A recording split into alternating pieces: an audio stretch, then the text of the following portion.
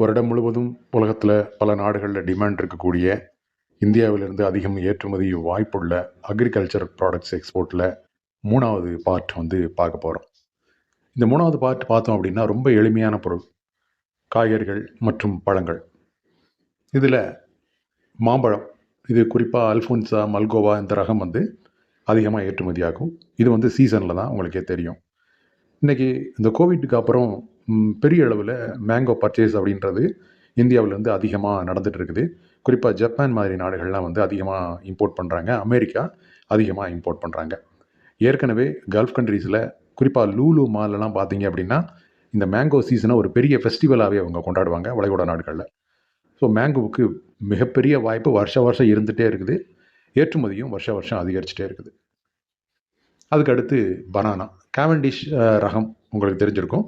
So அந்த ரகம் வாழைப்பழம் வந்து நீண்ட தூரம் அதை எடுத்துகிட்டு செல்கிறதுக்கு ஏற்ற மாதிரியான ஒரு குணம் இருப்பதனால அதுதான் வந்து அதிகமாக ஏற்றுமதி ஆகுது.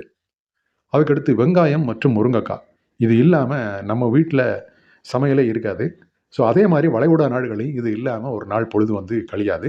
ஸோ அந்த அளவுக்கு வெங்காயத்தையும் முருங்கைக்காயும் வளைகுடா நாடுகளில் அன்றாட தேவைக்கு பயன்படுத்துகிறாங்க. ஸோ இதை நீங்கள் வருஷத்தில் எல்லா நாளுமே ஏற்றுமதி பண்ண முடியும்.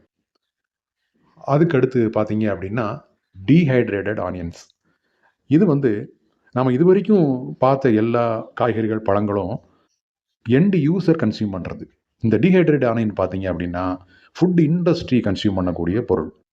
ஐரோப்பாவில் இதுக்கான தேவை பெரிய அளவில் இருக்குது.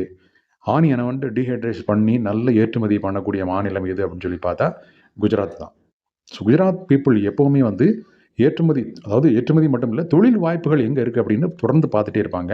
ஸோ அந்த வாய்ப்பை முதல்ல பயன்படுத்திக்கிறவங்களும் அவங்க தான். ஏற்கனவே ஆப்கானிஸ்தானோட தொழில் வாய்ப்பை எப்படி குஜராத் பீப்புள் வந்து பயன்படுத்துகிறாங்க அப்படின்றத பற்றி ஒரு வீடியோ முன்னாடி போட்டிருந்தேன். ஸோ இந்த மாதிரி ஐரோப்பிய நாடுகளுக்கு டீஹைட்ரேட் ஆனியனை ஃபுட் இண்டஸ்ட்ரிக்கு டேரெக்டாக சப்ளை பண்ணலாம். ஸோ வால்யூம் வந்து அதிகமாக போகும். ஆனியன் எப்போல்லாம் வந்து விலை குறைவாக கிடைக்குதோ அப்போது அதை வாங்கி, குறிப்பாக நம்ம ஊரில் உள்ள ஆனியனை வந்து நீங்கள் கனெக்ட் பண்ணவே கூடாது. நாசிக் ஆனியன் ரேட்டை தான் பார்க்கணும். இங்கே விற்கிற விலைக்கும் அங்கே விற்கிற விலைக்கும் சம்மந்தமே இருக்காது. ஸோ விலை ரொம்ப குறைவாக இருக்குது, விளைச்சல் அதிகமாக இருக்கிற சமயத்தில் பல்காக வாங்கி அதை ப்ராப்பராக டீஹைட்ரேட் பண்ணி அதை ஒரு ட்ரேட்மார்க் எடுத்து பிராண்ட்லாம் போட்டு நீட்டாக பேக் பண்ணி நாம் என்ன பண்ணலாம், இந்த மாதிரி ஃபுட் இண்டஸ்ட்ரிக்கு சேல் பண்ணலாம். அதுக்கு ஒரு மிகப்பெரிய வாய்ப்பு இருக்குது.